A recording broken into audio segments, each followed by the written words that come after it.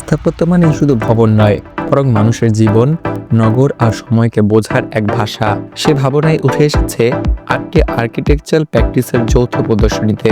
এই গ্রুপ এক্সিবিশনে দেশের বিভিন্ন প্রান্তের আর্কিটেক্টরা তাদের নকশা, কনসেপ্ট এবং ভাবনার কাজ উপস্থাপন করেছেন। ড্রয়িং, মডেল এবং ভিজুয়াল রিপ্রেজেন্টেশনের মাধ্যমে তারা তুলে ধরেছেন সমকালীন স্থাপত্যের নানা দিক। প্রদর্শনীতে অংশ নিয়েছে Zubair Hasan architects, Kazi Fida Islam, form 3 architects, group of architects and thinkers, Saika Iqbal মেঘনা এবং শুভ্র শোভান চৌধুরী, কিউব ইনসাইড, বেহসার ওয়ার্কার্স এবং roof liners studio of architecture.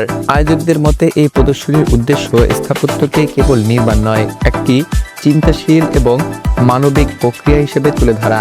নগর জীবনের বাস্তবতা, ভবিষ্যৎ চ্যালেঞ্জ এবং টেকসই স্থাপত্যের ধারণা সবকিছু মিলিয়ে এই প্রদর্শনী দর্শনার্থীর জন্য ভিন্ন এক অভিজ্ঞতা হয়ে উঠেছে।